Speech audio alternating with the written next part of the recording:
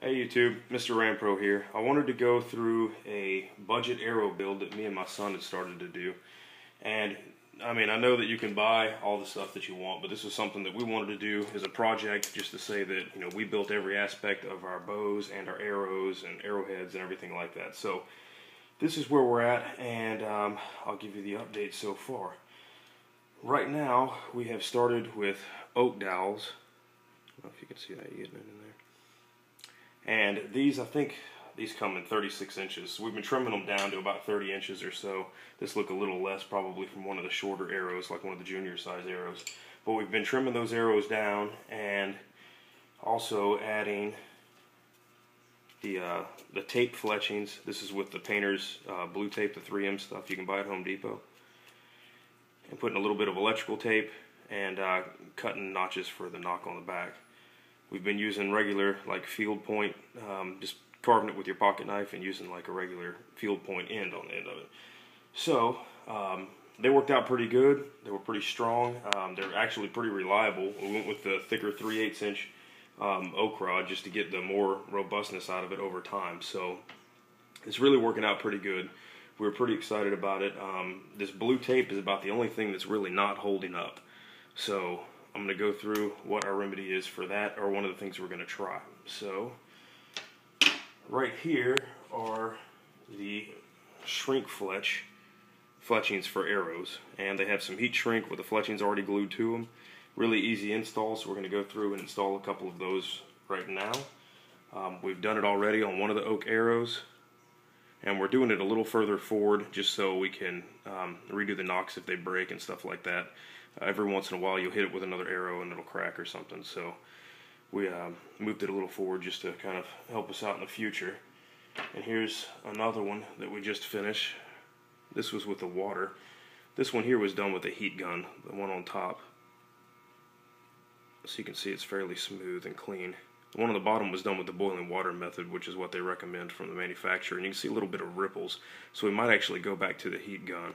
But either way, I think they'll do fine for what we're using them for in the yard. These are not hunting arrows or anything like that. They're just target practice arrows. So going through the basic start on this portion, we started with the basic oak rods. We've stained them to kind of give them a little bit of just a little bit of character and hopefully help with the robustness. We might clear coat them or paint them, just kind of really just for aesthetics only.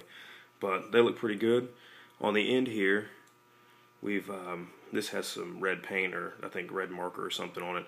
We've also put some super glue on it to kind of beef this end up a little bit. So we just put super glue all over the end, kind of rubbed it around, and let it soak into the wood a little bit, just to kind of give us just an extra little strength added to it. So this is the basic shaft here, and we are now moving to the portion of adding the shrink wrap. We do have the boiling water here that we just got off the stove, and this is, the knock is lined up with the fletchings about where we want it. So we're going to submerge it. And you can see as soon as you put it in the water, it really starts to kind of shrink down pretty quick. A lot of the air bubbles are pushed out and stuff like that. So, obviously with it being trapped underneath it. And my only real concern with the, or my only real, I guess, justification for using the water would be the fact that you get heat over the entire heat shrink mass as soon as possible. So you're kind of like, you're quenching a sword or something. You're getting it all there pretty quick. Whereas a heat gun, you're going to be a little spotty on how you heat it up. So I think if you move the heat gun quickly, though, you should be able to take care of it fairly quickly. And I will show you what it looks like here in a second. This water was just boiling on the stove, and it's been sitting here for about 5 minutes, so you can still tell it's pretty hot. You got a little steam coming off of it. And that looks about like what we've got. Yeah, when these things, when they dry up, they will straighten up a little bit. We did notice that. They're not as straight, but as they dry, they do straighten up a little bit more. You can even tell that this one's changed since the beginning of the video. And we did this right before we started just to make sure that that everything was set up the way we wanted it to be. But they'll straighten up as it dries, and you should be good to go. These shrink fletchings are not perfect. They're not 100%, great. These were on sale, so they were a pretty good deal. We wanted to try them out and see what we could get out of them. The tape, as far as the blue tape goes, I've noticed that it kind of ends up looking like that after a couple of shots. So we'll probably replace it with black duct tape or silver duct tape, whichever one we've got here at the house. And we'll replace that, and hopefully that'll add a little bit more rigidity to it. But these really do fly pretty good, so if they're fine, I won't mess with them. If they need to be replaced, because it will tear over time, we'll probably replace them with duct tape and see how they go from there. And right here, we have another arrow that this is, actually a manufactured arrow, and we're going to be replacing it. I've already scraped off the other two fletchings that were torn, and we've got a little bit left on the pink one. I'm using the Anza fixed blade sod buster knife here, and we're just going to scrape the rest of it off.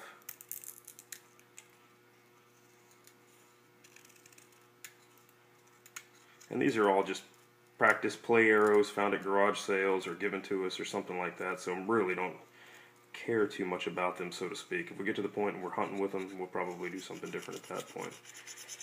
But there we go. We're cleaned up. I'm going to grab a little bit of alcohol just to clean up underneath.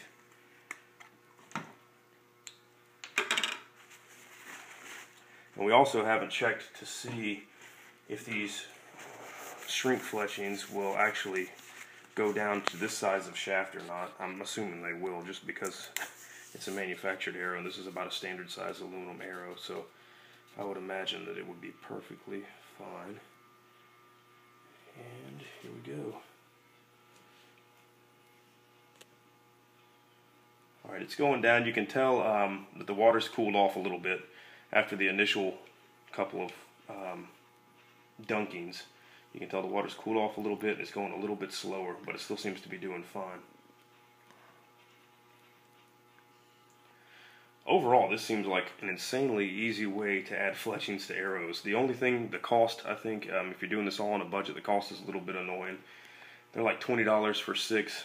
These are on sale for $15 for 6, so it's still kind of, a little bit extra to it. But if you talk about making your own arrows and going from scratch, it might be worth doing, just on the fact that you're still cheaper than a manufactured arrow. And if you're going to give it to your kids to go shoot at targets or yourself, like I am, and practicing and stuff like that, it really doesn't matter in my mind. Regardless, these homemade arrows are still comparable to things that were used by our ancestors years ago anyways, so I really don't think that there's any problem with them as far as operation and stuff like that. There's so much in the hunting world that's kind of focused on buying expensive carbon arrows and stuff like that, and I've kind of decided I'll stay away from the carbon arrows. I'll stick with aluminum.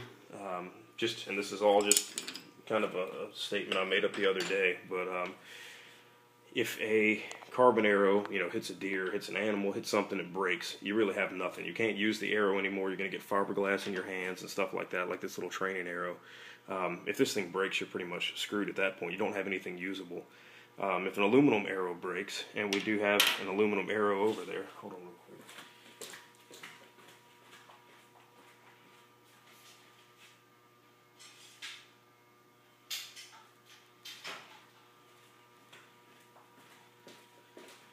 Sorry, I had to grab it from the other room. If an aluminum arrow breaks, the tip breaks off, or some sticks get stuck in it, or whatever it is, you still have an arrow. If you break it right here at my thumb, you're still going to have something that you could potentially use if you needed to.